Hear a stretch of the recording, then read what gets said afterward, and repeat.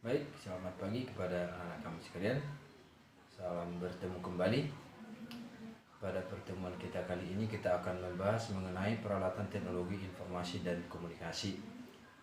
Anak kami sekalian, pada pertemuan yang lalu kita telah membahas mengenai Electronic Data Processing System atau pengolahan data secara elektronik. Kita sudah membahas aspek-aspek yang mendukung dalam EDPS itu sendiri, seperti hardware, software, dan firmware.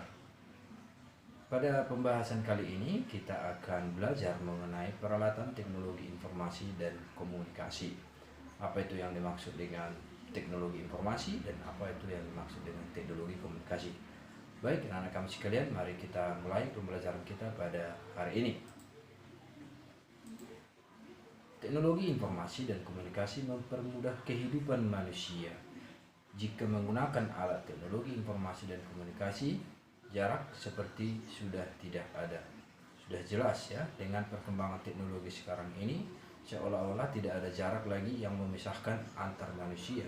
Dan segala pekerjaan-pekerjaan manusia juga sudah sangat dimudahkan dengan bantuan peralatan teknologi informasi dan komunikasi. Contohnya seperti komunikasi dengan menggunakan telepon, seperti tidak ada jarak antara satu orang dengan orang yang lainnya. Demikian juga untuk memahami berita-berita ya, apa yang terjadi sekarang ini di suatu daerah, dalam waktu sebentar kita bisa mengetahui dengan teknologi internet. Jadi itu adalah salah satu contoh teknologi-teknologi informasi yang sudah kita alami sekarang ini. Kemudian kehadiran komputer, internet, telepon atau smartphone dan berbagai alat teknologi informasi dan komunikasi membuat arus informasi semakin lancar. Sudah pasti ya, anak-anak kami sendiri juga sudah mengalami contoh dengan metode pembelajaran daring seperti ini. Kalau tidak ada komputer atau internet, barangkali kita tidak bisa melaksanakan pembelajaran yang seperti ini ya. Ini juga merupakan salah satu perkembangan teknologi informasi dan komunikasi yang kita alami sekarang ini. Barangkali kalau tidak ada perkembangan teknologi seperti sekarang ini, mungkin kita tidak akan bisa melaksanakan pembelajaran daring atau dalam jaringan ya. Kemudian bagaimana ciri dan proses kerjanya? Nanti kita akan membahas bagaimana ciri dan proses kerjanya teknologi informasi dan komunikasi itu sendiri. Kemudian apa saja alat yang memudahkan kehidupan manusia ini?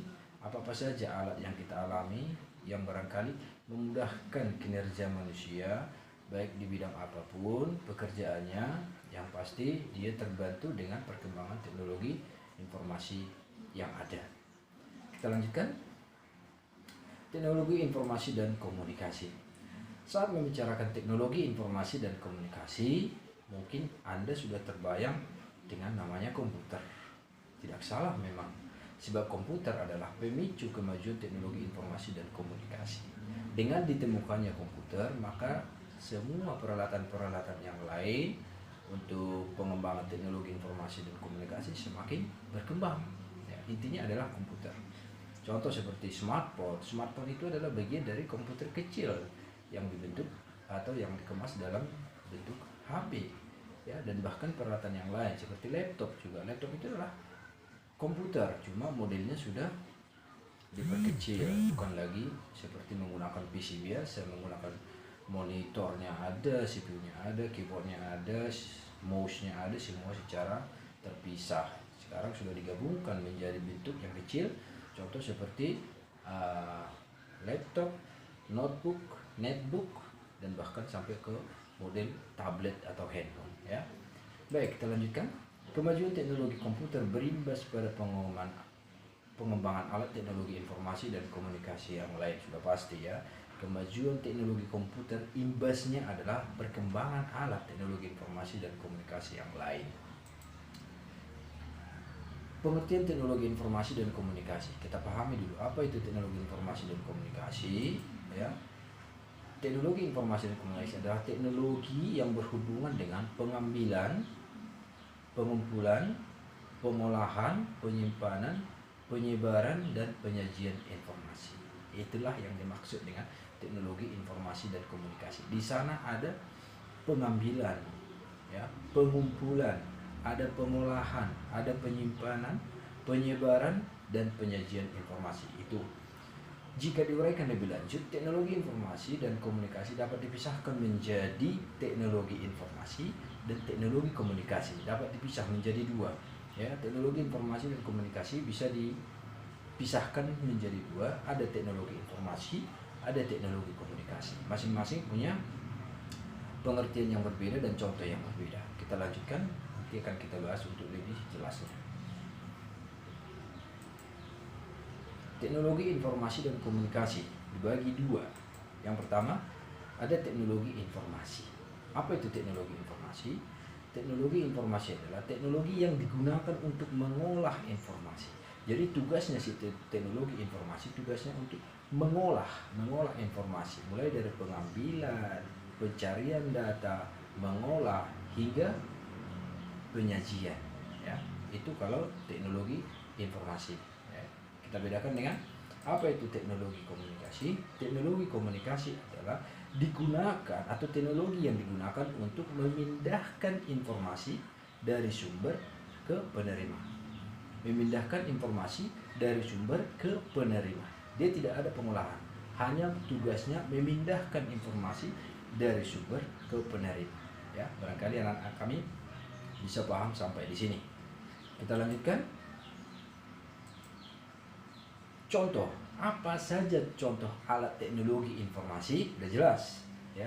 Tadi teknologi informasi dia mengolah, ada pengolahan, pengumpulan, pengolahan, dan penyajian. Apa alatnya? Yang pertama adalah komputer. Udah pasti, komputer adalah seperangkat alat yang bisa digunakan untuk mengolah informasi, mulai dari pengambilan, pemrosesan, dan penyajian. Itu didukung dengan perangkatnya. Ada perangkat input, ada perangkat proses, kemudian ada perangkat output. Ini sudah kita bahas pada pertemuan yang lalu. Kemudian kita lanjutkan dengan laptop. Laptop juga adalah gambaran kecil dari komputer. Ya, hanya saja laptop modelnya lebih kecil, bisa lebih simpel dibawa kemana-mana, namun fungsinya semuanya sama dengan komputer. Laptop juga ada bagian terkecilnya lagi, ada notebook, ya, ada netbook. Netbook ini adalah lebih kecil lagi daripada laptop itu sendiri. Kemudian smartphone, ya, tablet. Sekarang ini semua pekerjaan-pekerjaan yang ada di komputer sudah bisa diambil alih oleh tablet ataupun smartphone. Ya, maka smartphone ini juga merupakan salah satu contoh dari alat teknologi informasi. Baik, saya rasa sudah paham sampai di sini, ya. Kemudian kita lanjutkan dengan alat teknologi komunikasi. Kita lihat apa saja alatnya.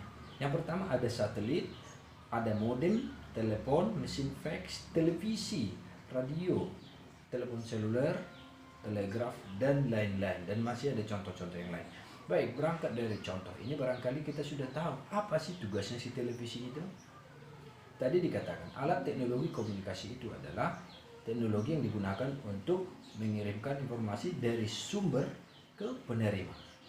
Kita bisa menonton televisi. Televisi itu fungsinya apa? Untuk menerima informasi dari pengirim.